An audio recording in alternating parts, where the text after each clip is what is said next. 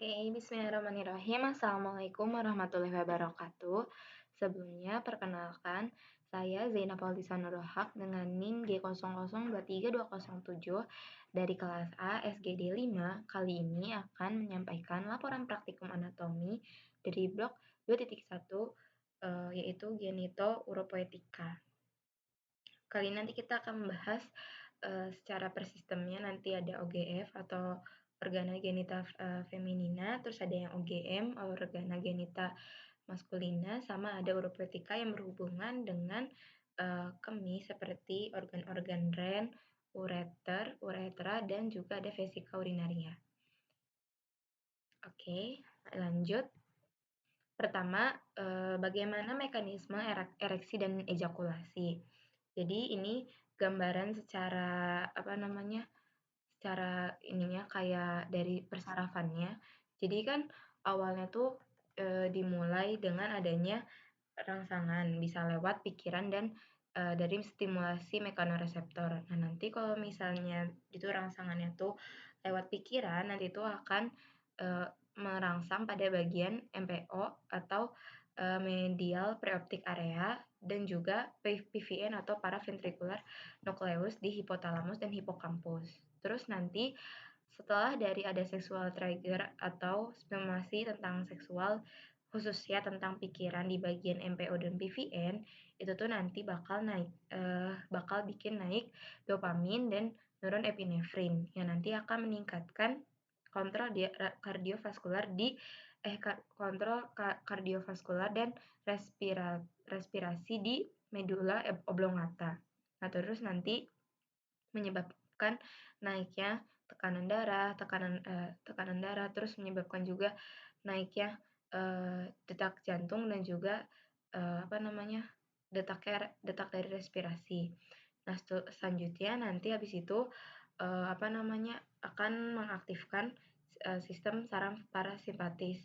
Nah, kalau misalnya di sini tuh nih, nanti tuh di sini kan si saraf atau jaras dari otak ke efektor itu nggak mungkin tiba-tiba kan. Jadi nanti harus lewat medula spinalis dulu. Nah, nanti itu bakal ngelewatin ada kayak namanya jalur parasimpatiknya. Nah, kita lanjut coba lihat yang bagian setelahnya yang di sini. Jadi nanti tuh aktivasi dari dopamin juga akan mengaktifasi sistem parasimpatik. Terus nanti stimulusnya tuh kan akan dibawa ke efektor. Nah, di bawahnya tuh lewat sistem parasimpatik. Nah, nanti impuls jarasnya tuh bakal lewat ke medula spinalis, ke parasimpatik, ke segmen sakral 2 sampai 4 dan nanti akhirnya berlanjut ke arterial penis. Nah, nanti karena ada impuls dari parasimpatik, nanti arterial penisia tuh akan vasodilatasi dengan bantuan nitrik oksidit atau NO. Nah, itu tuh senyawa yang nanti dihasilkan sama tubuh yang akhirnya bikin sel endotel di pembuluh darah kita melebar sehingga nanti akhirnya pembuluh darahnya bisa membesar dan melebar. Nah, terus nanti akhirnya karena si arterial penisnya sudah vasodilatasi, nanti akan dipenuhi sama darah baik arteri cavernosanya yaitu arteri dalamnya di bagian profunda dan corpora cavernosa sendiri sehingga nanti akhirnya terjadi ereksi. Nah, terus dilanjutlah. Itu kan tadi tahap ereksi. Nah, dilanjutlah ke mau masuk ke fase ejakulasi. Kan ketika si atrial penis dan corpora cavernosanya itu akhirnya tertutupi sama darah. Nah, vena-vena yang letaknya tuh di bagian superficial dan juga di bagian anterior itu nanti tuh tertahan dan terdesak. Itu tuh kenapa? Jadi dia kan terdesak karena si penisnya membesar.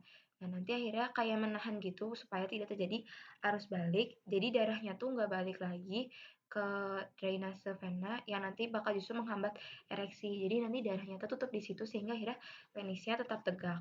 Nah, nanti dilanjut akhirnya tubuh tuh mengirim sinyal kalau misalnya ereksinya tuh sudah maksimal sehingga harus dilepaskan. Terus tuh nanti fase ereksinya berhenti dengan adanya inhibisi dari segmen lumbar 1-3. Nah, dari situ masuklah ke fase ejakulasi dengan bantuan dari saraf simpatis. Nah, nanti pertama masuk mulai ke fase emisi dulu, yaitu transmisi atau pengisian substansi ke ductus ejaculatorius. Kan jadi awalnya si testisnya tuh jadi testis itu kan hasil sperma. Nah, nanti tuh awalnya tuh kan masih di epididymis, apa namanya tuh masih di epididymis kan, masih matangkan. Nah, nanti kalau sudah mau ereksi itu, nanti ada tahap emisi, yaitu nanti si spermanya itu dibawa dari epididymis ke vas ke vas deferens, terus ke ampulanya, terus nanti semuanya tuh berkumpul dengan cairan lain di ductus ejaculatorius. Entah itu juga nanti bertemu dengan mukus yang dihasilkan oleh bulba uretralis.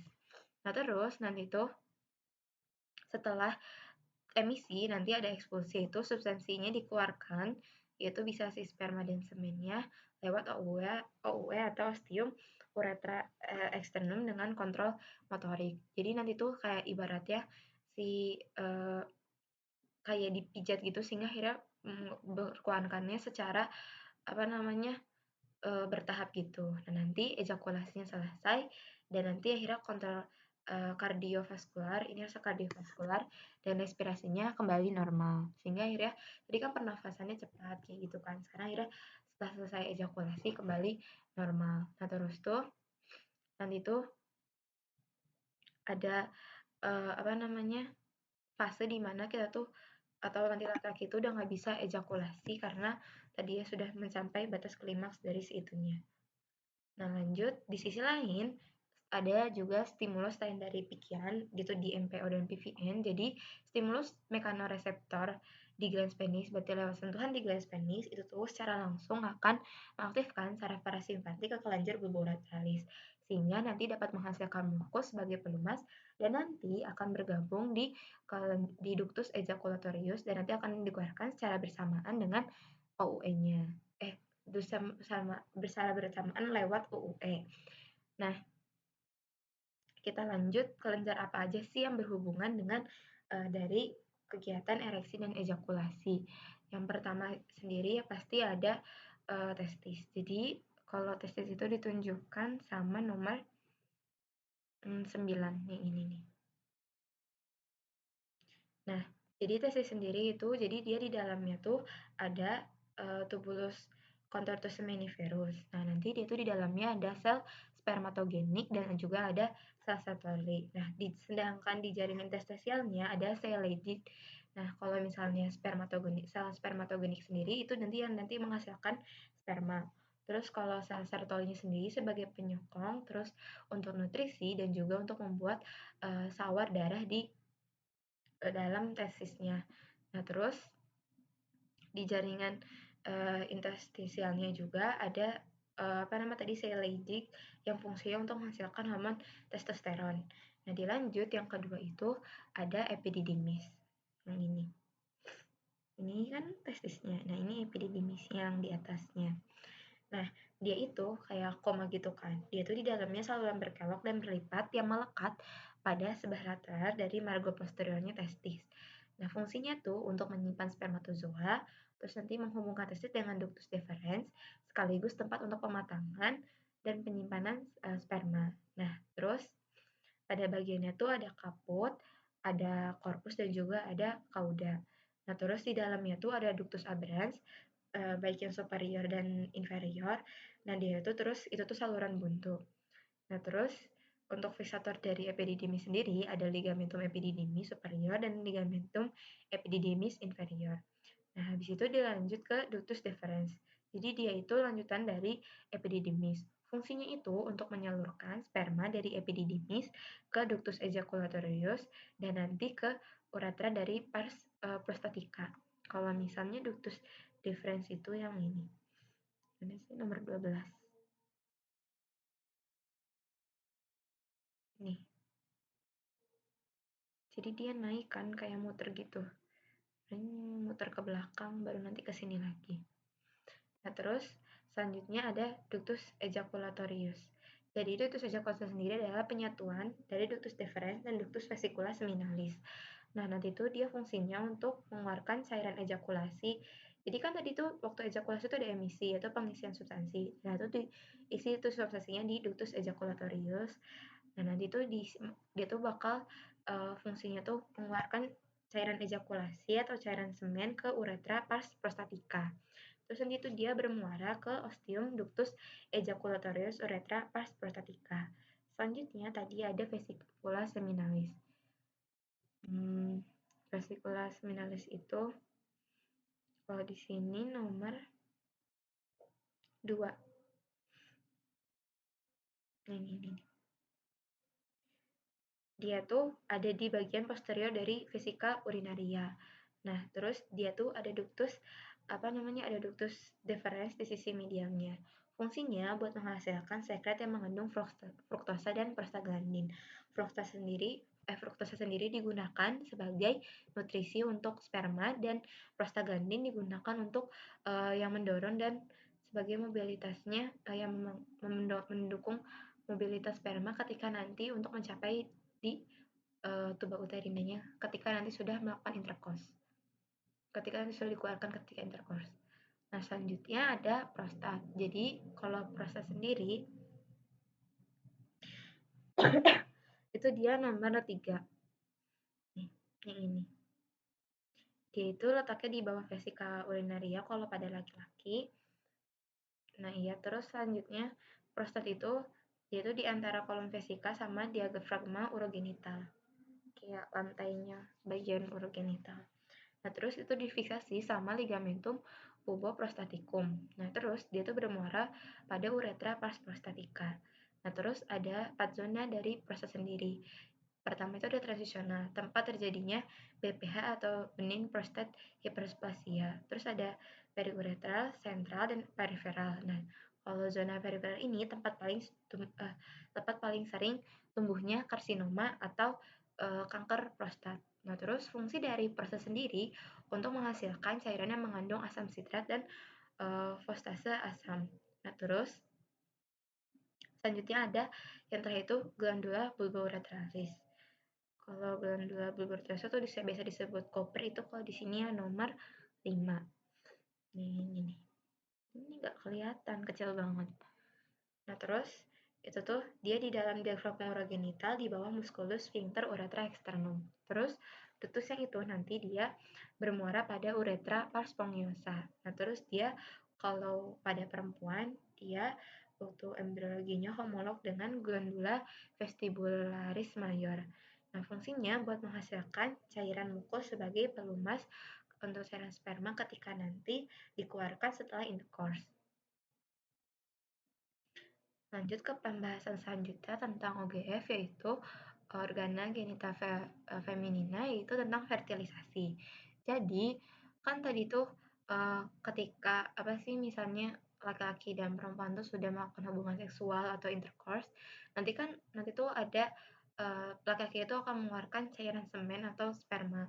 Nah, terus nanti bakal ada penyatuan antara spermatozoa dan ovum, itu disebut dengan fertilisasi. Jadi kan setelah laki-laki mengejakulasi semennya ke dalam vagina saat hubungan seksual, yang beberapa sperma itu ditransfer ke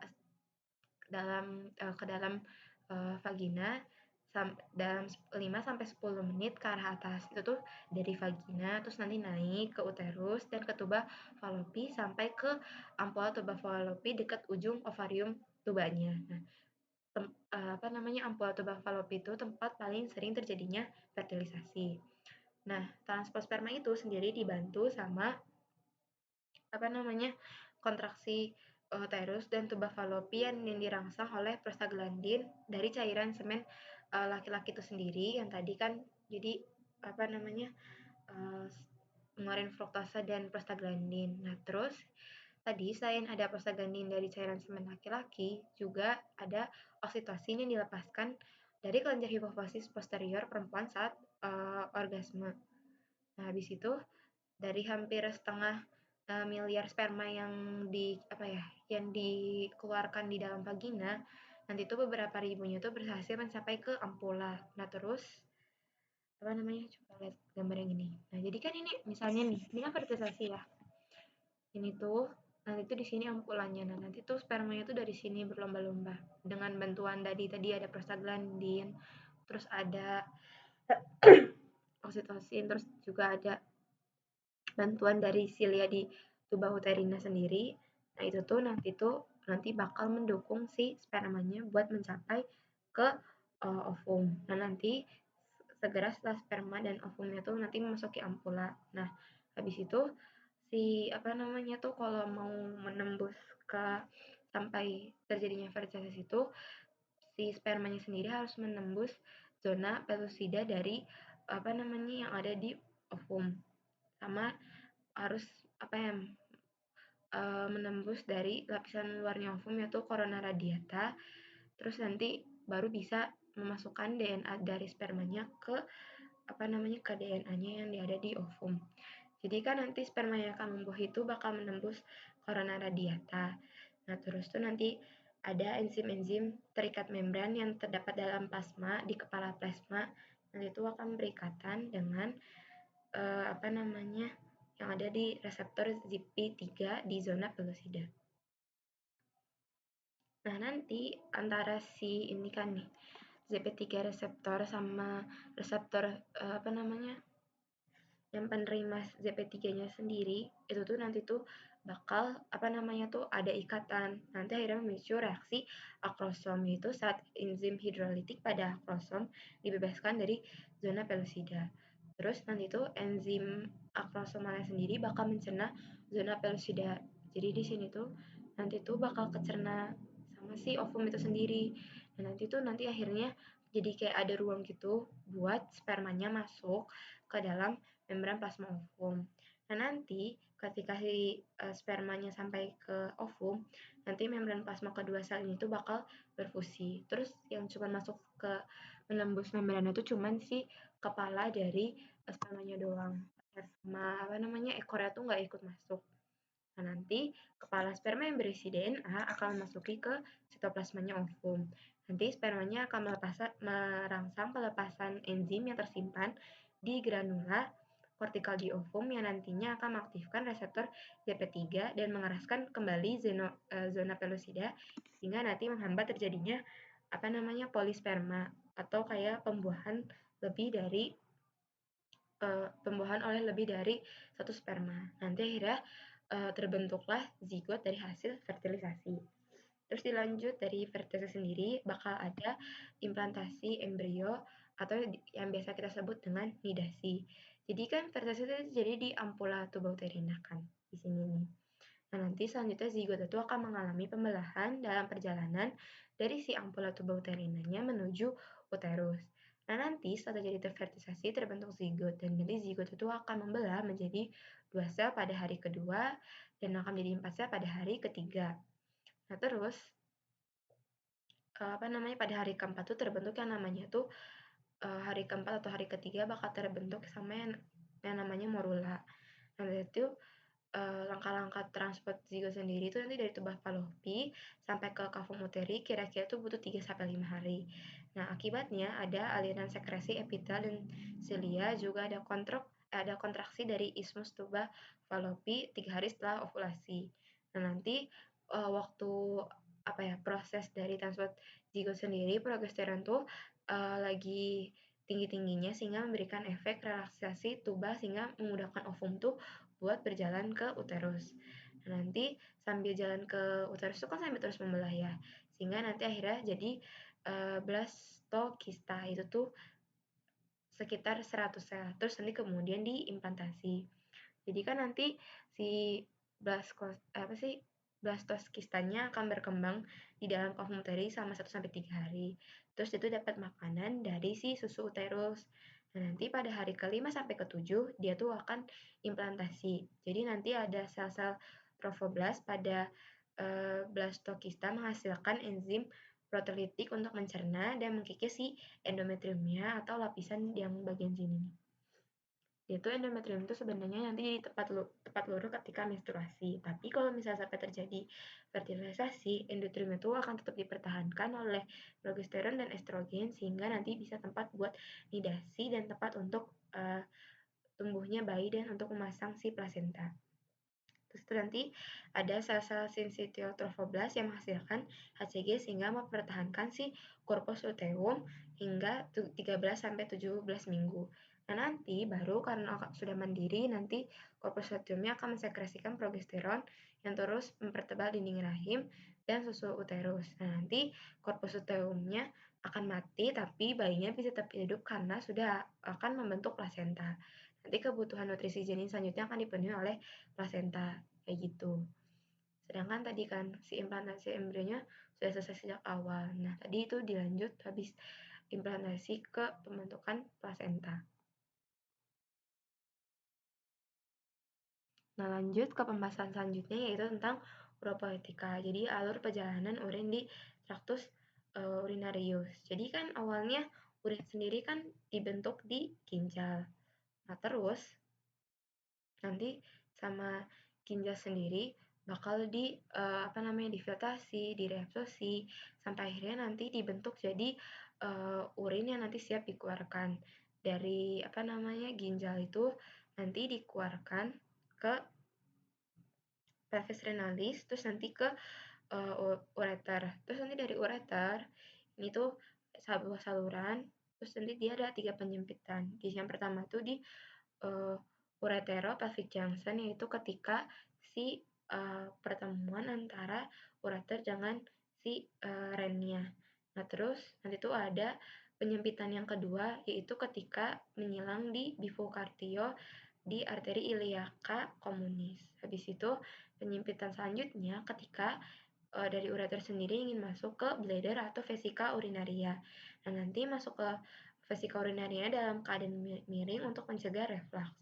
Nah, terus nanti di sini tuh bakal disimpan sampai nanti ketika sudah penuh, nanti akhirnya di sini tuh VU-nya tuh akan mengirimkan sinyal sehingga nanti ada musculus detrusor yang membantu untuk pengosongan vesika urinaria dan akhirnya nanti urinnya dikeluarkan lewat uretra. Nah, kalau misalnya laki-laki sendiri itu nanti dikeluarkan lewat ini kan ya, lewat OUE. Itu juga jadi jalurnya keluarnya si cairan ejakulasi. Nah, tapi kalau misalnya perempuan OUE-nya itu hanya dilewati sama urin karena cairan vaginanya ada jalur tersendirinya. Nah, dilanjut habis itu jadi proses berkemih. Nah, bagaimana sih seseorang tuh bisa tiba-tiba ingin kencing gitu kan? Gak mungkin kan tiba-tiba. Jadi awalnya tuh ada yang namanya proses mixi. Nah, mixi sendiri adalah proses pengosongan kandung kemih ketika terisi urin. Nah, mixi ini tuh melibatkan 2 tahap. Yang pertama itu nanti kandung kemihnya terisi secara progresif hingga nanti tegangan pada dindingnya tuh meningkat melampaui nilai ambang batas. Nah, nanti masuk ke tahap kedua yaitu adanya refleks saraf yang disebut dengan refleks misi untuk mengosongkan kandung kemih. Nah, kalau gagal tuh menyebabkan kan akan menyebabkan setidaknya keinginan berkemih yang disadari. Nah, nanti apa sih refleks miksi ini tuh adalah refleks yang sifatnya tuh medula spinalis yang bersifat otonom. Nah, nanti tuh refleks ini dapat dihambat atau difasilitasi oleh pusat-pusat di korteks cerebris atau batang otak. Nah, nanti otot polos kandung kemih yaitu tadi musculus detrusor akan berkontraksi meningkatkan tekanan di dalam PU sekitar 40 sampai 60 mili